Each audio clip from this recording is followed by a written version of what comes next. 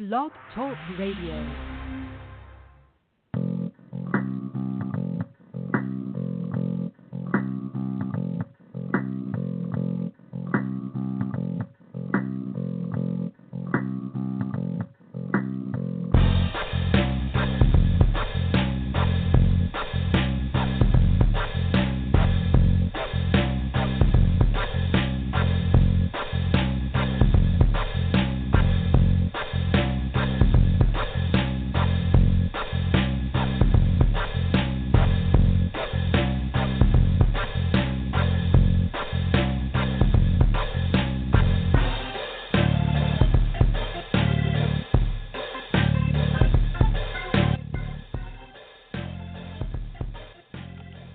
Good evening.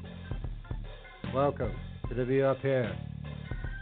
I am your host, Canadian Glenn, and it is July 25th, 2018 AD.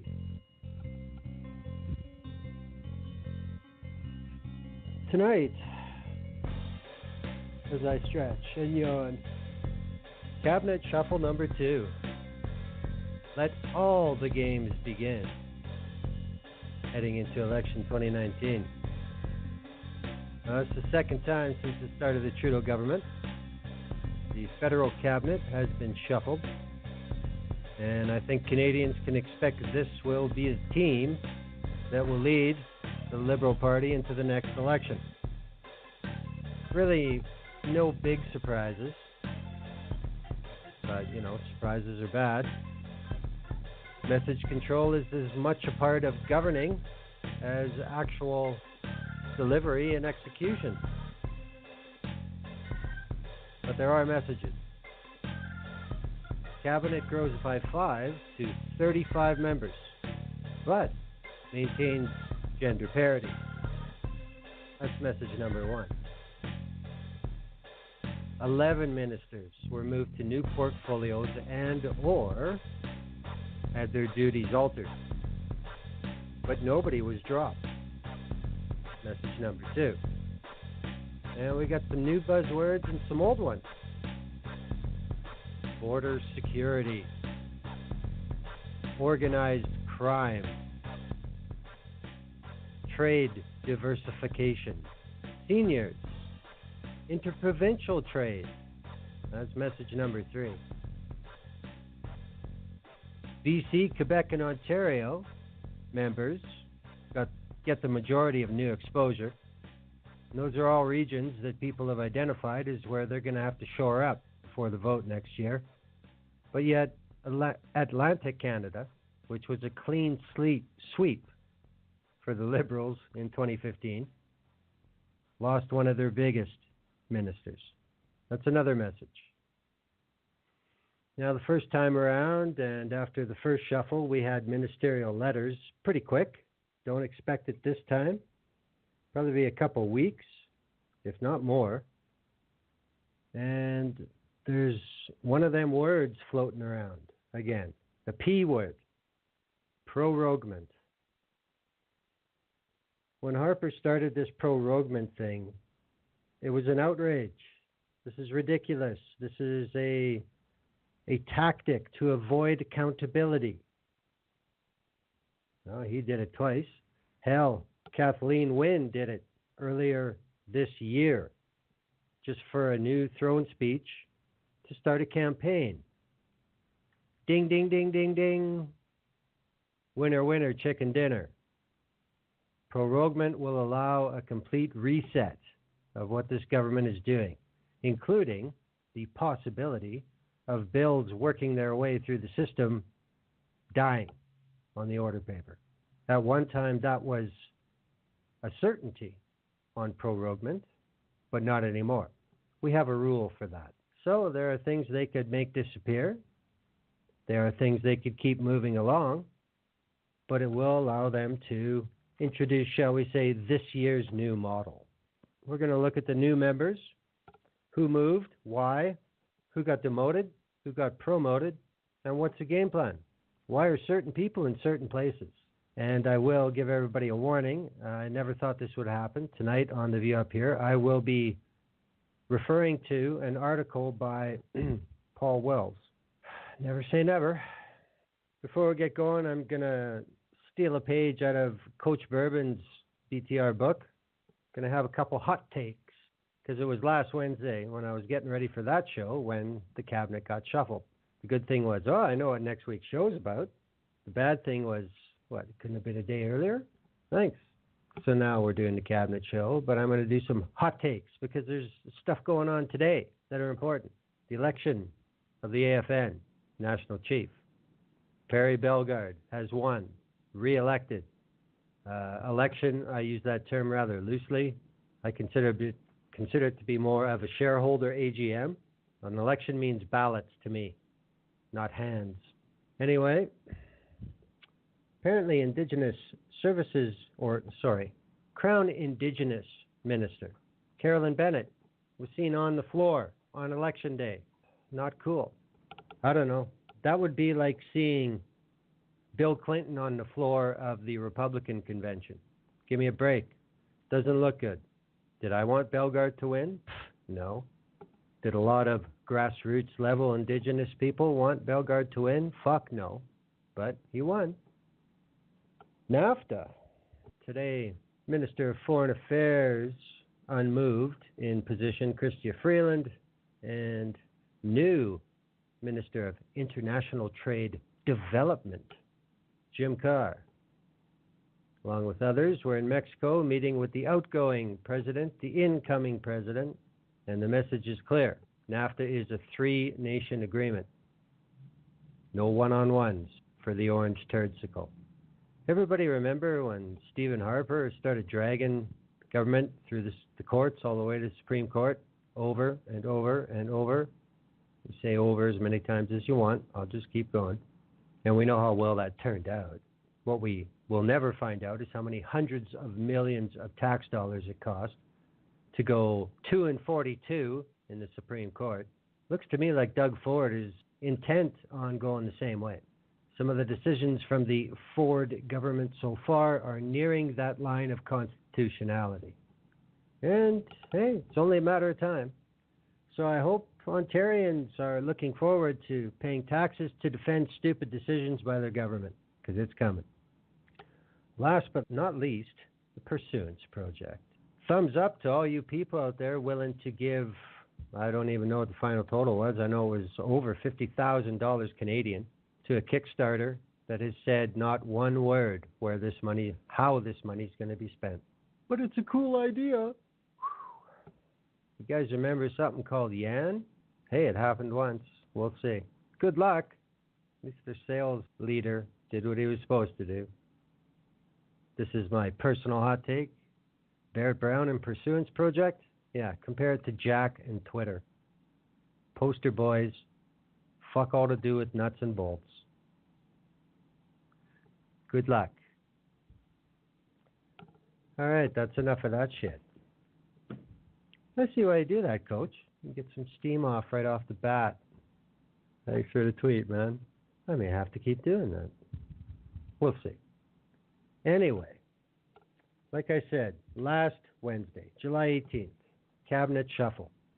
First thing I'm going to use for reference is from Hill Times. It came out on the day. Jolson Lim, Beatrice Paez, Prime Minister Justin Trudeau unveiled on Wednesday a larger cabinet, shuffling familiar faces to new posts and creating fresh portfolios in a bid to emphasize his government's push to diversify international trade in the face of Washington's protectionist policies and to brace his party for the 2019 election. Now, this article was, like I said, came out like bang, right away. And what is their headline? Amid strained relations with U.S. and Ontario, Trudeau debuts bigger cabinet. I still see that as an accurate take a week later. 5 MPs were sworn in as new ministers, expanding the front bench to 35 from 30. The new ministers are GTA members of Parliament Mary Ng, Markham Thornell, and Bill Blair, Scarborough Southwest.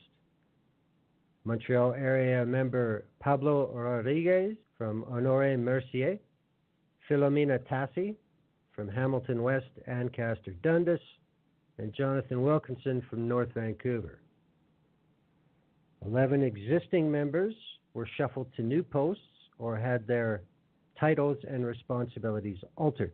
Trudeau's little talk to the press outside of Rideau Hall, he spoke about working with cities, provinces, and territories, fighting climate change, and barriers to interprovincial trade. He also mentioned making border integrity and security a top priority. Well, Bill Blair, the former top cop in Toronto, and this government's point man during the legislative path for Bill C-51, or sorry, not 51, I can't remember the number, but to legalize recreational marijuana, Bill Blair was given the newly created portfolio of border security and organized crime reduction. Have to work closely with Public Safety Minister Ralph Goodale, Immigration Minister Ahmed Hussein, and it's unclear how the issue, currently split between those two departments and other agencies, will be handled by Mr. Blair. The Prime Minister is expected to release detailed mandate letters in the coming days. Yeah, checks in the mail. Now, Bill Blair's tenure as Toronto's chief of police had its share of controversy. He was behind the Toronto carding campaign. He was in charge during G20 in 2010. And he had several run-ins with the new Premier of Ontario, Doug Ford, and his late brother, Mayor Rob Ford. But despite that less than banner-worthy history in Toronto itself, Bill Blair cruised into Parliament in Scarborough Southwest with 52.5% of the vote, ahead of his next competitor by almost 30 points. Now, Ms. Ng is a former aide in the Prime Minister's office. She will become the Minister of Small Business, which is a duty that House Leader Bardish Chagger will give up to concentrate on that job. Ms. Ng moved to Canada from Hong Kong with her family. She represents Markham Thornhill, which is a very large Chinese Canadian and South Asian demographic. She won that seat in a 2017 by-election after John McCollum retired. This woman hasn't been in the House for a year. She's a cabinet minister. It matters who your friends are. Andrew Wilkinson gets a promotion. He had been the parliamentary secretary for the environment minister on the climate change file. He is the new fisheries and oceans minister and also in charge of the Canadian Coast Guard, replacing Dominic LeBlanc, who's from Beausejour, New Brunswick, and he's getting intergovernmental relations. Now, Mr. Wilkinson could face a tough fight to keep his seat in 2019 in British Columbia because of the purchase of Trans Mountain. He won North Vancouver with a big lead, but nothing is assured in BC. Now, Ms. Tassi and Mr. Rodriguez come to their new jobs from being Deputy Whip and Chief Whip, respectively. Ms. Tassi is the Minister of Senior. The recognition of seniors as a separate ministry, again, is rather coincidental, coming on the heels of an appeal from Canadian doctors, calling on Ottawa to pay $21 billion over the next decade to help pay for seniors' health care. Mr. Rodriguez becomes the new Minister of Canadian Heritage, replacing Melanie Joly, who has been moved to a lower portfolio of tourism, official languages, and Minister to la Francophonie.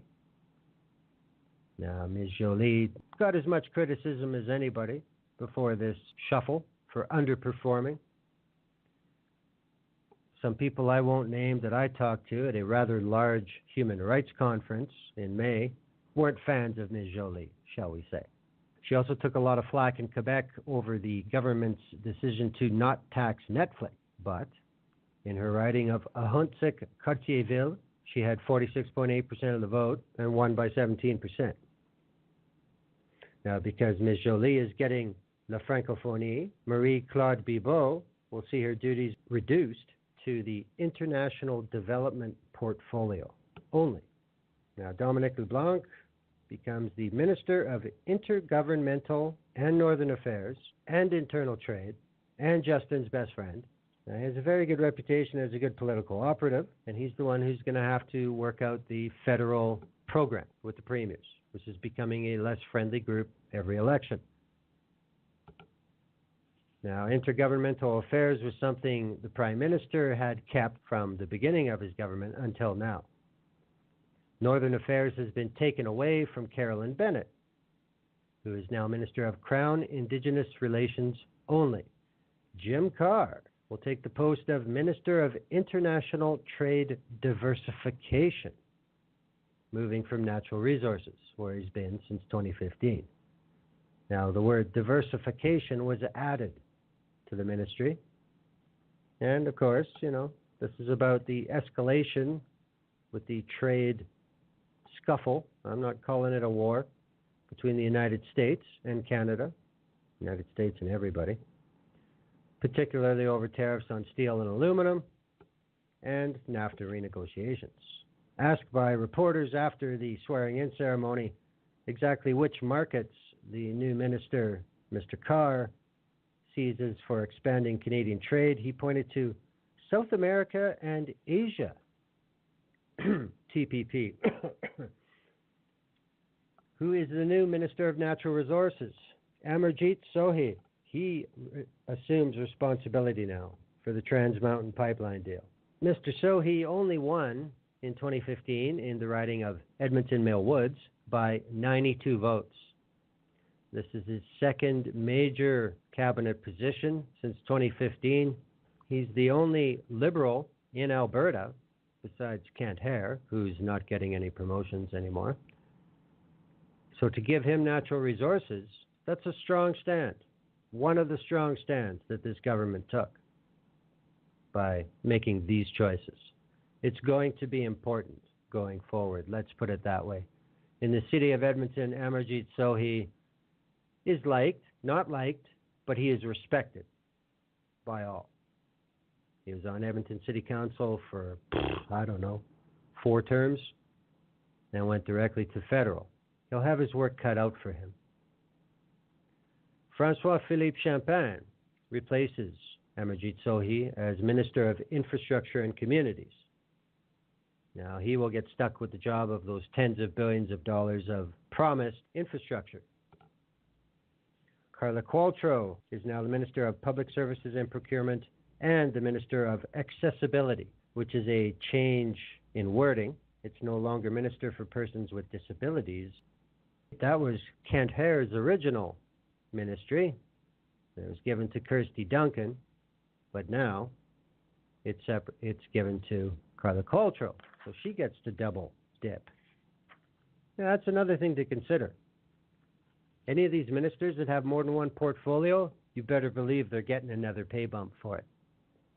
Kirsty Duncan was Science Minister. She is now Minister of Science and Sport, which fits because Ms. Duncan was both a scientist and a gymnast before becoming a politician. So that's another big difference between the Harper era. People actually have some skills behind their job, not just because they're in somebody's pocket. Scott Bryson becomes president of the Treasury Board still and is now the Minister of Digital Government. Whatever TF that means. This from a government that is dealing with Phoenix. Services Canada is years and hundreds of millions of dollars behind in their government modernization. Minister of Digital Government. Okay, who didn't move? Immigration Minister, Ahmed Hussein. Foreign Affairs, Chrystia Freeland. Finance, Bill Morneau. Indigenous Services, Jane Philpott. Agriculture, Lawrence Macaulay. National Revenue, Diane Leboutillier. Public Safety, Ralph Goodale. And Environment, Catherine McKenna. Innovation, Navdeep Bains. Justice and Attorney General, Jody Wilson-Raybould. Social Development, Jean-Yves Duclos. Environment Minister, Patty Haydu. Status of Women Minister Mariam Monsef, Democratic Institutions Minister Karina Gould, Health Jeanette Petitpas-Taylor, Defense Harjit Sajjan, Veterans Affairs Seamus O'Regan. I think the biggest thing is we're now up to 35. I will give credit where credit is due. I think it was obviously it was part of the logistics for the whole shuffle, but to maintain 17 men, 17 women, the 35th member being the Prime Minister, that wasn't something that was easily achieved. So for them to put in the effort, okay, I believe you're serious. Now I'm just looking through a couple other articles here to see what is worth bringing up. Now I'm going to go to some comments. Now this is also from the Hill Times. Abbas Rana and Shruti Shekhar, this is from July 23rd. Their headline is Newly Created, Rebranded Cabinet Posts Expected to be Key Policy Planks in the 2019 Liberal Election Platform. Now, John Malloy is a former Ontario Liberal Cabinet Minister, a former Liberal Party Hill staffer. He said one of the most interesting aspects of the new cabinet to watch in the coming months will be how ministers handle responsibilities that are shared by more than one department and how they will resolve potential differences of opinion and decision. Very good point. Now, Bill Blair's portfolio has shared jurisdiction with immigration and public safety. Mr. Malloy wonders whether Minister Blair would have the required authority without talking to them or getting support from the Privy Council Office Secretariat. There's a chain of command around here. What happens when there's a difference of opinion between one of the mainline ministries and one of the special ministries, such as Mr. Blair's? The only way to ensure a smooth working relationship with shared responsibilities would be to put in place mechanisms to resolve future potential points of contention. So somebody's got to play referee. And he also suggested these ministers and senior department officials should hold formal and informal regular meetings to discuss issues between them all. People are calling this shuffle a fresh coat of paint. Carlo Dad is director for the Centre for Trade and Investment Policy at Canada West Foundation. Not exactly a left-wing outfit. He said major positions appear to be stable. The commentary so far is that it's been putting on a fresh coat of paint. Said making Jim Carr the International Trade Diversification Minister takes advantage of his background working at the Business Council of Manitoba, and said he had big shoes to fill because former Minister Champagne was an excellent communicator. Andrew Balfour is a consultant at Navigator and a former advisor to many Liberal ministers, MPs, and senators, and said a lot of the changes were smart moves to position the government for the next election. Mr. Balfour also noted that the coming tricky relationship with the Ontario government is definitely apparent with Minister LeBlanc leading intergovernmental affairs. And Tim Powers, who is the vice chair at Summa Strategies, a former advisor to federal conservative politicians, said between changing Mr. LeBlanc's role and bringing Mr. Blair into the cabinet as the minister responsible for border security and organized crime reduction sends a strong message to Doug Ford that the Prime Minister is not afraid to engage in a bit of bare-knuckle brawling if that's required. I think that's the biggest issue here, myself. It's obvious that Queen's Park is not going to play, so okay then. Jurisdiction's a bitch, Dofo. We'll see what happens. Scott Reid is a former Director of Communications to Prime Minister Paul Martin. He said that he doesn't think it's just a pre-election cabinet. I think there are some things they want to alter in terms of the political and policy trajectory. I think a lot of that is being driven by changes on the provincial scene. When Trudeau became Prime Minister, there was an overwhelming consensus of First Ministers across the country in favor of him and his policies. Now that's changing. You have the Conservatives in Ontario, you have the NDP in British Columbia, and change may be coming in Alberta, plus Quebec later this year. Now, what Mr. Reid said, I quote, I think as the government looks to the next election, it also must look in its own backyard and say, we're going to be fighting not just Scheer and the NDP, but we're going to be fighting a rearguard action against a bunch of these provinces on a bunch of policies, particularly around the carbon tax. But all of these issues, even trade, they need to work with the provinces or work against them. I think that is what's driving a lot of the dynamic here. So the people who know what's going on all seem to think that there's going to be a war between Ottawa and Queen's Park. Tim Powers also says he wouldn't be surprised if there was another shuffle before the election next fall. So, just to fine-tune. Now, prior to the shuffle, there were rumors that suggested that Carolyn Bennett and Lawrence Macaulay would not seek re-election in 2019 and would be dropped from cabinet. But they both said they're running, so they stayed right where they were. Mr. Powers said it was strategic to put in Ms. Tassi as Minister of Seniors to tap into a group of voters that wasn't necessarily paid much attention to by the Liberals in 2015. In 2015, the Liberals concentrated on millennials and younger, got them the majority. Now they have to keep their majority. They know who votes all the time. Mr. Powers agreed that Mélanie Joly's new portfolio was a demotion. Mr. Powers said the government hasn't written her off entirely. They've given her an opportunity through the tourism portfolio to put herself in a less controversial or conflicted situation. Now, Mr. Powers also noted that the Liberals need to hold on to as many seats in Quebec as they can.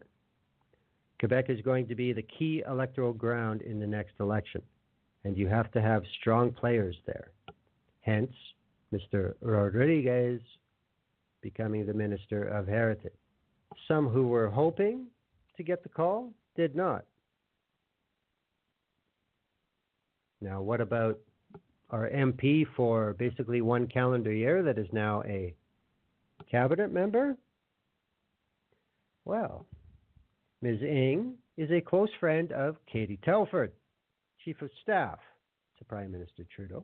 She also served as Director of Appointments in the Prime Minister's office.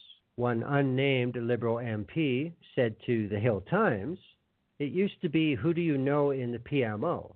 Now it's, do you know Katie and Gerald?" That's from one of their own.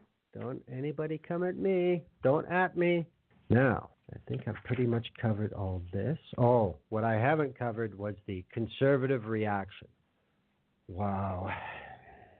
I'm not really going to comment about the blatant and consistent hypocrisy from Lisa Raitt in her statement on the cabinet shuffle. I'll just maybe try and read it flat out. We can move on. Deputy Conservative leader Lisa Raitt called it a desperate attempt to hit the reset button before the next election, because the government has failed to deliver results on trade, pipelines, and infrastructure. I quote Ms. Raitt, "It's the last-ditch attempt to finish that homework at the last minute, to try and get the approval when they go to the election next time. I don't think it's going to make one bit of difference. Canadians are going to judge upon what is being delivered." Wow. You want to talk about pipelines, Ms. Raitt? Who bought it to save it from oblivion? Sure as hell wasn't your government, who built 0 pipelines in 9 years. Infrastructure? The feds? Economic distraction plan? Billions of dollars? Where'd it all go? Still signs up around Canada, if they're not graffitied or have buckshot put through them or burned. Now, a little bit about the Minister LeBlanc's new role on interprovincial affairs. This is from a CBC article, Kathleen Harris. This is from last Wednesday, the day the cabinet shuffle was announced. LeBlanc's new job will be to smooth the waters in a changing domestic political landscape with the new premier in Ontario, elections on the horizon in New Brunswick, Quebec, and Alberta, and simmering disputes over pipelines, carbon taxes, and interprovincial trade. With several issues of potential tension with new Ontario Premier Doug Ford, LeBlanc said the federal and provincial governments share a common interest in strengthening the economy and creating more jobs.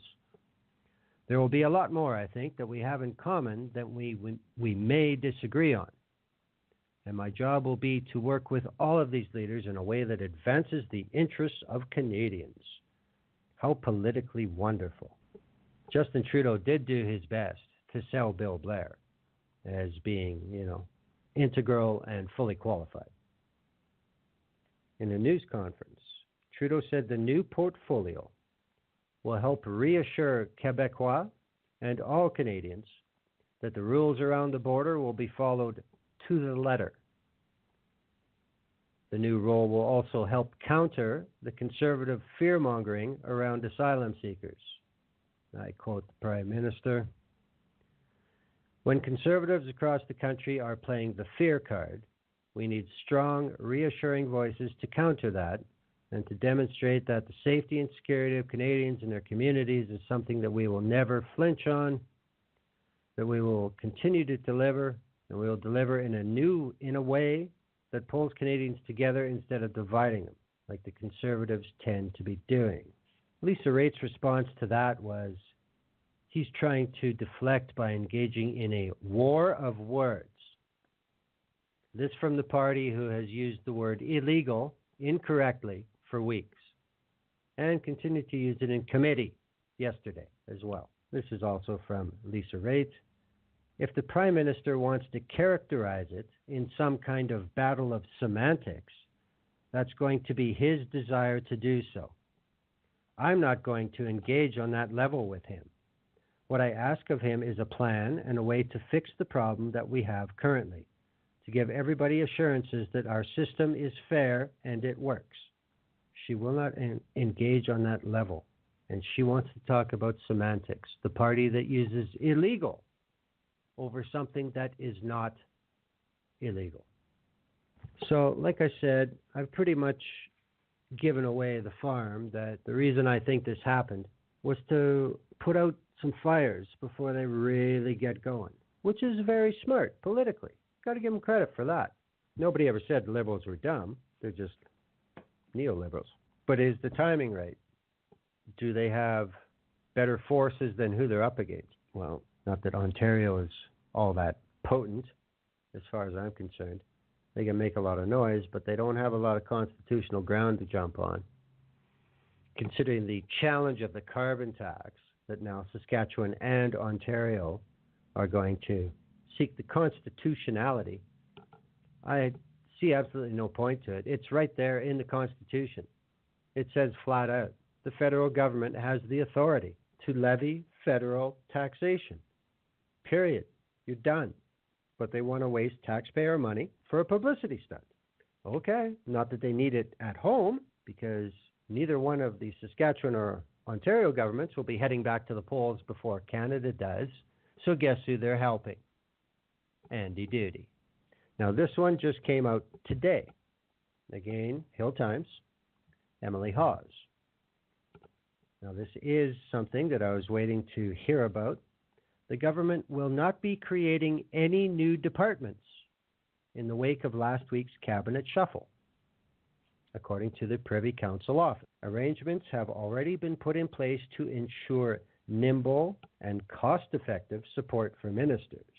How are they going to do that?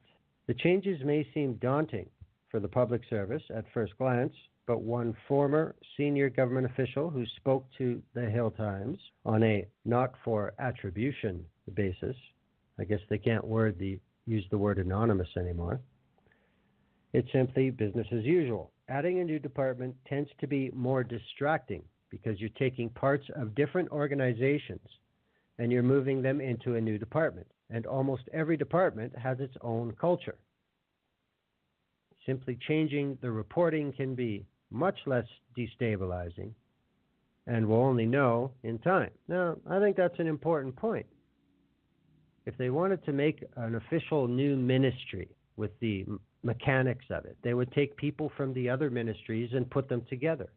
If they leave them where they are and just change the nature of some of their work and who it gets submitted to, it makes a lot more sense to me. But going hand in hand with the new cabinet are new responsibilities for senior bureaucrats who will lead the public service support for the various roles. There are a lot of senior bureaucrats that are moving around in the last week. People who know how this monstrosity called government works know that some of the most powerful people on the Hill are assistant deputy ministers, bureaucrats, lifers. They get paid well, but in my honest opinion, they deserve it. Except for the partisan bastards, but that's everywhere.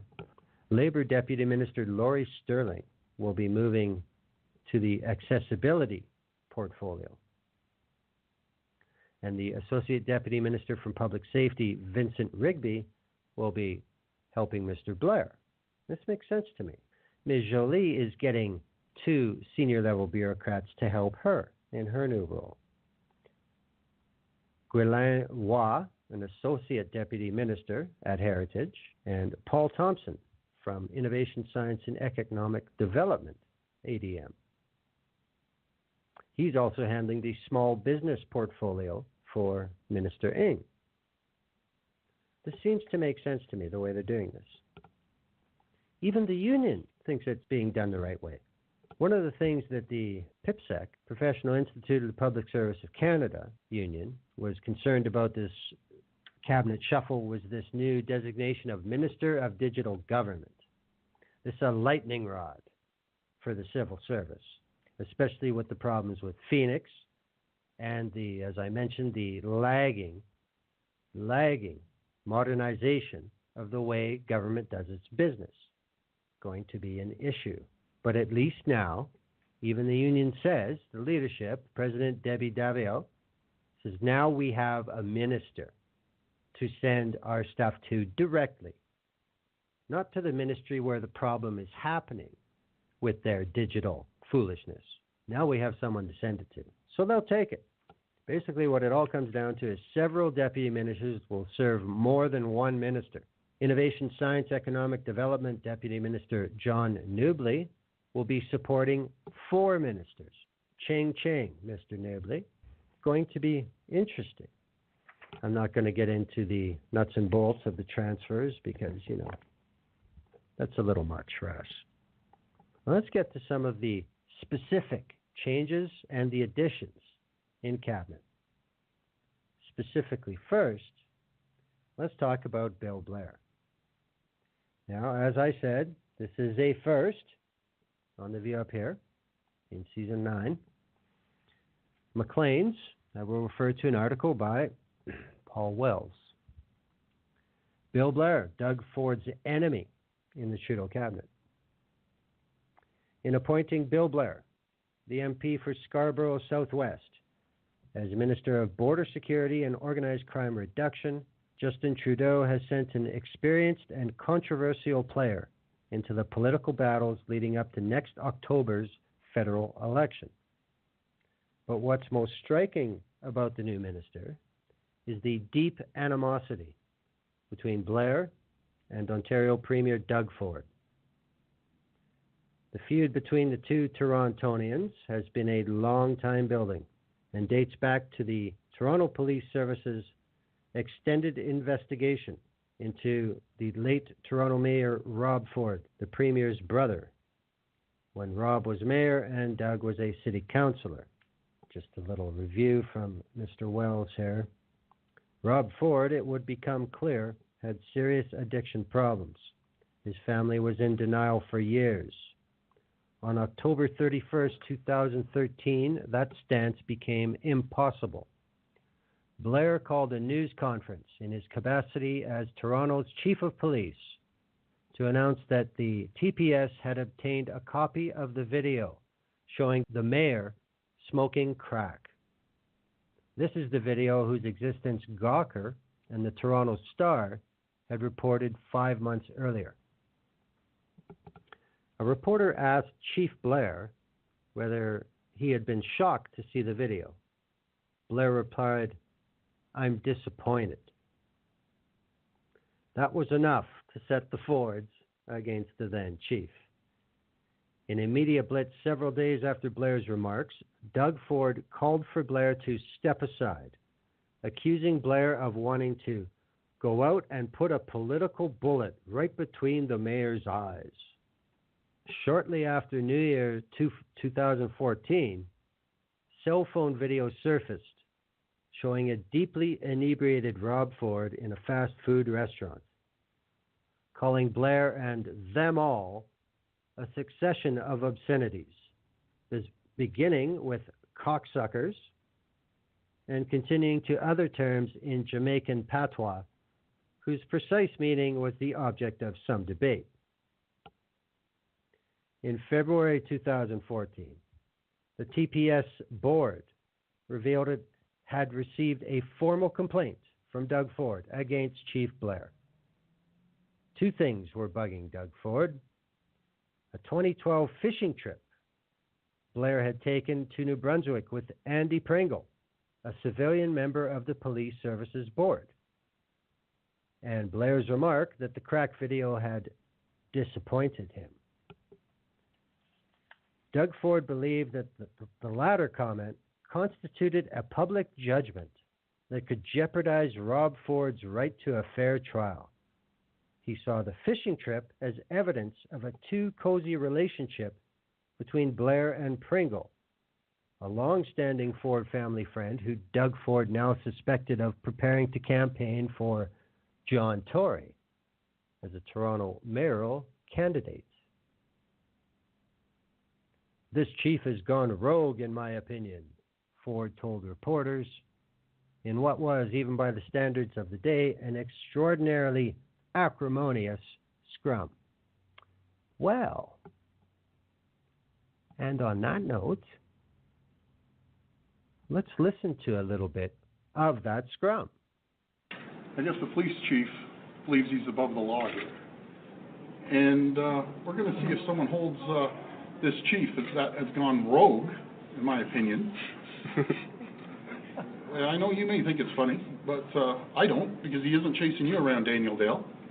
Matter of fact, he's on your team, in my opinion. He might as well stick a John. Are you saying it was improper for police to investigate allegations of drug and gang connections with the mayor? Jackson, are you saying that's improper? Yes or no question? Yes or no question, Jackson, Councillor? let me finish, because you're as biased as they come, Jackson. We're all biased. Yes or no question, Councillor? Are you saying it was improper for the chief? That is, we're going to move forward. With the police, what I am saying, Jackson Prosco from Global, I'll be very clear about this. Do you think it's proper that a board member is paying for a trip to an exclusive club? Do you think it's proper, Jackson? Do you think it's proper for the mayor to smoke crack cocaine? Do you think it's proper that the chief has broken the Police Act, not once, not twice, 3 times? Do you feel that's proper? My answer is no. Classic Doug Ford. I don't want to talk about that. Look what he did. By that point, the growing contempt was mutual. Blair called Rob Ford's comments on the cell phone video disgusting. By midsummer 2014, Doug Ford had accused Blair of leaking damaging information to the Toronto Star, calling the alleged behavior payback. Blair served Ford a notice of defamation. Ford stonewalled before apologizing to Blair in another extraordinarily grudging scum that was captured on video. Blair said that apology wasn't good enough. Ford offered a more complete written apology, and Blair accepted it. Well, speaking of that issue, let's listen to another bit, an interview that he gave with Global. This was when the book Ford Nation was coming out. Let me get to apologies, because you talk about you haven't got an apology from them. Have you issued an apology to former Chief Blair for the things that you said about him? You got to be kidding me. You got to be kidding me that he goes out and breaks the Police Act and starts accusing the mayor that he shouldn't even be involved in politics? He shouldn't be involved in politics, Bill Blair, right now. You got to be kidding me. He comes out and breaks the Police Act. He goes, hold on, let me stop for a minute. Bill Blair breaks the Police Act. He's getting paid trips by his boss, one of the commissioners, on a fishing trip that just so happens to be John Tory's campaign manager and head of fundraising. Come on, give your head a shake. Listen, you got to be kidding me. I'm aware of the facts, but I'm also aware of the fact but you're blinded. But you came out and attacked him absolutely over a tape that you said didn't exist. You know something? I would continue to attack him. I would continue. It does exist. Who in their right mind spends millions and millions of dollars of your money, of my money, and comes up with nothing, zero? With zero. And you're telling me that's not a witch hunt? Well, tell me one time a police chief in the history of this country has spent millions of dollars renting planes, chasing someone around, chasing his associate around, and guess what? Zippo. You don't believe, zero. You don't believe that there was a warranted investigation of your brother? Of millions of dollars? A warranted investigation. What? Warranted? Is it illegal? Is it illegal that someone saw someone smoking something? Was it crack? I don't know if it was crack. It could have been marijuana. But the hypocritical thing, the same guy that was chasing someone else around for a little bit of pot, he's the pot czar now. Isn't that ironic? Isn't that ironic? But he wasn't being chased around for pot, and you know that. That guy was being chased around for pot. That's what he got charged with. Give me a break. I'm talking about your brother and Senator Lisi and the attempt to get the tape back. You are so naive. I've never seen anyone so naive. You aren't naive, Alan. You're a smart guy. But you think I'm naive. And you're playing this up. Give me a break. Give me a break. I don't believe that you're naive. I believe that this presents one side of the story. Mm-hmm. Did you think that maybe you should add some more context, some more contrition to the things that you said leading up to the revelation that indeed your brother was smoking crack? Yeah, you know something? You can just keep beating on this, right? Have you ever thought of all the good he's ever done, Alan? The 14 years of going to people's doors, helping people out, doing anything he could for people. But you, the media, just wants to just keep hammering and hammering and hammering relentlessly on him. Tell me one good thing in this interview that you've said that he has done for people. You can't, because you're focused on this issue, on this issue. You guys can't help yourself. Here to the public is a perfect example of the biased media. You are an example of the biased media.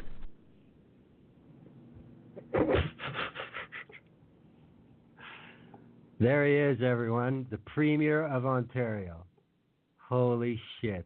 So, I don't think I have to say anything further on the topic of Doug Ford and Bill Blair. Throw in Lisa MacLeod. Oh, yeah.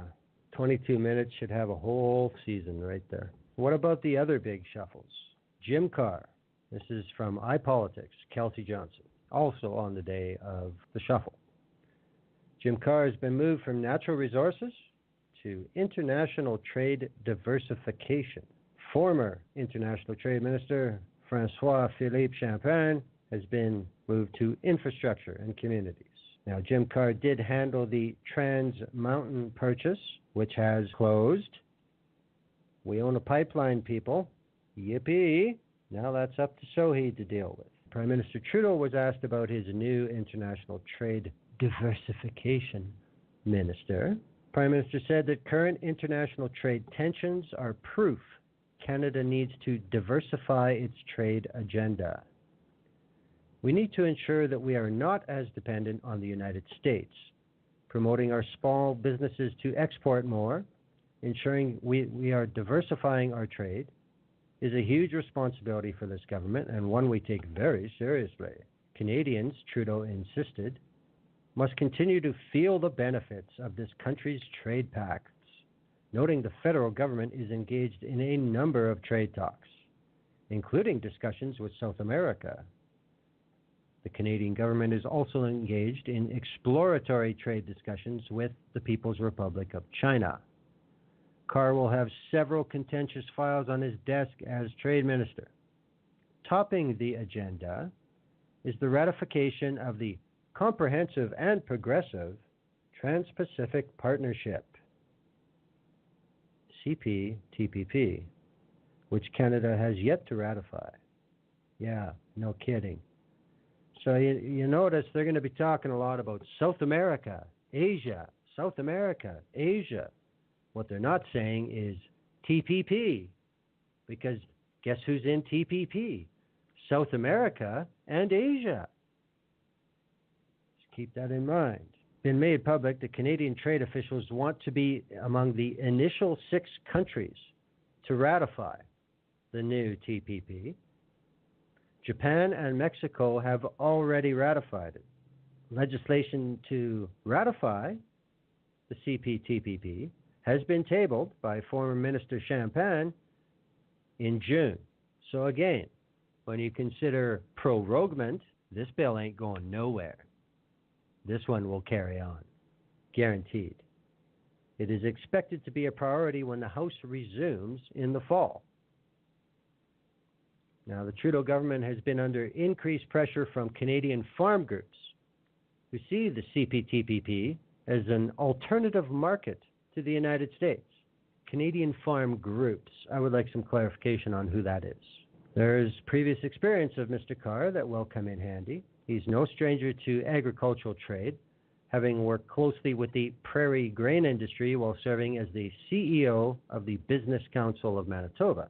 The Canadian grains and oilseed industry is caught in the middle of a lengthy and escalating trade disputes with India and Italy.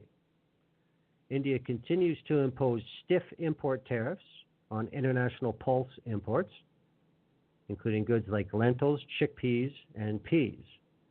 Prior to the tariffs, Canada had been one of India's largest pulse suppliers, with more than 80% of the lentils grown in Saskatchewan and 50% of the peas exported there.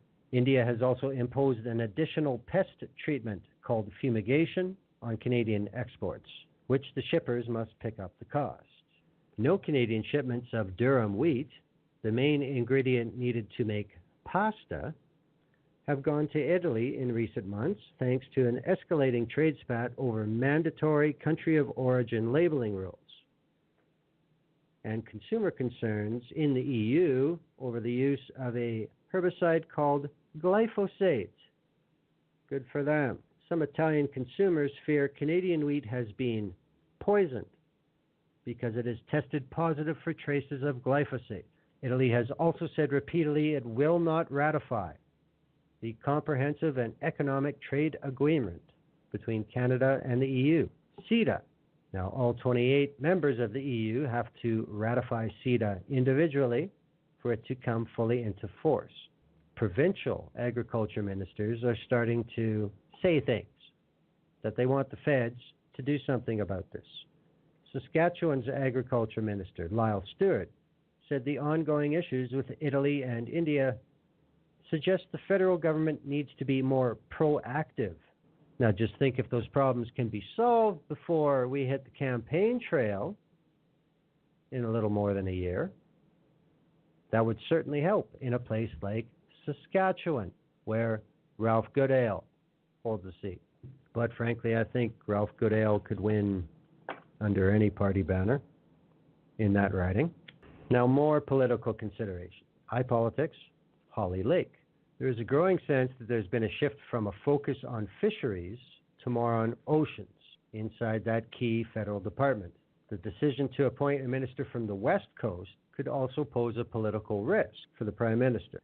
North Vancouver MP Jonathan Wilkinson has been named Minister of Fisheries, Oceans, and the Canadian Coast Guard, taking over from New Brunswick MP Dominic LeBlanc, replacing a minister from Atlantic Canada, where fisheries is the most important economic portfolio, with an MP from the West Coast who has raised a few eyebrows on the East Coast, and now, particularly as Fisheries Parliamentary Secretary Terry Beach is also from the other side of the country, Burnaby North Seymour. Keith Sullivan is the president of the Fish, Food and Allied Workers Union, which represents 15,000 in Newfoundland and Labrador. Says British Columbia is a long ways away. There's obviously concern We're cautiously optimistic that our new minister is going to dive right in and be serious about addressing some issues on the East Coast, particularly Newfoundland and Labrador. Now, given the opposition to the Trans Mountain Pipeline in BC and the suggested increase in tanker traffic it will bring, throw in the priorities set out in the last minister's mandate letter, and it makes it appear that the department will tilt heavier on the ocean side of the portfolio, and with issues affecting the BC coast in particular. So you're starting to get the picture now. We'll put a local salesman on this when it starts to get hot out there. Now again, Keith Sullivan, that's definitely a concern from a fish harvester point of view. It's been over 15 years since we've had a minister from the West Coast for fisheries and oceans. There are advantages to having someone from the East who understands our fishery. Now in BC, the fishery there is primarily run by commercial operators. But in the Atlantic provinces, the majority are independent. Keith Sullivan says it's a totally different model. I don't know how much this minister understands our fishery.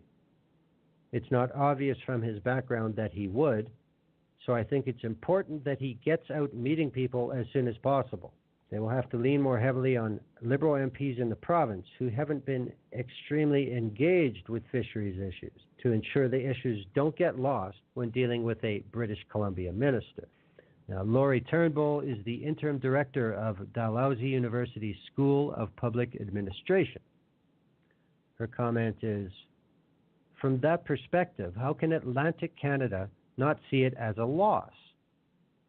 It's an incredibly important portfolio here, and LeBlanc is a powerful minister. Now he's been sent somewhere else, and the guy that's holding it is from British Columbia. Given that people see politics in zero-sum terms, Atlantic Canada has not gained anything. LeBlanc now holds a file that is less based in this region and more horizontal. The Liberals are definitely looking at what they want to cover off and anticipating some pretty uncomfortable conversations with people in BC as they start making the rounds. This is an offset, and not just because Wilkinson is from Vancouver. It's a substantive balancing tool, especially given his background as a parliamentary secretary. He's kind of staked himself out on this file already. But the political reality is that Atlantic Canada has just 32 seats in the House of Commons. Again, Kevin Turnbull says, we have given them all 32. Are we likely to do that the next time? Probably not. They can't do any better in Atlantic Canada, so they're looking at growth potential and retention in BC. But they wouldn't be the first government to take Atlantic Canada for granted and then find out we were paying attention. It's a gamble, and sometimes those 32 seats can be useful. Green Party leader and Member of Parliament Elizabeth May said while the Liberals will likely lose some seats in Atlantic Canada, right now every seat in BC is at risk. The depth of anger over their breaking the electoral reform promise is something I don't think a lot of people in the country recognize. In 2015, there were plenty of Liberal MPs who campaigned in British Columbia on ending first-past-the-post elections, as well as standing against Kinder Morgan. A lot of them have to know how much trouble they're in. Very interesting. As I said, I think everything had multiple purpose. I mean, I think it's pretty clear for listeners and for people even who may see my timeline on Twitter. I'm not exactly a gung-ho supporter of this government. And for damn good reason, as far as I'm concerned. You make major provinces, you don't deliver and say, nah, it's not important. Guess what? You're going to piss people off. And you will be held to account on the view up here. But you can tell these people think things through. Look at what's going on in Ontario. Look what happened with Harper. Well, Harper did think things through. It's just that he didn't give a shit about us at all. At least with what's happening now, I see Trudeau caring more about maybe some regions than others, but at least he cares. I mean, Alberta and Saskatchewan saw it from 9 years of Harper. He just assumed that these provinces were in the bag. We never got fuck all. Why? Why give them anything? They're still going to vote for us. Screw them. Notice that's when things changed in BC, when Christy Clark got in. Yeah, we're seeing how that turns out after the fact as well. That's it. Short show. Merry Christmas in July. A lot of, shall we say, irons in the fire. But until people agree and have time and we set up a show, then it don't happen. But I'm talking to a lot of people. Do the best I can. Don't forget, a month from now will be the 2-week annual vacation break for your host. So we're probably looking at 3 shows before then.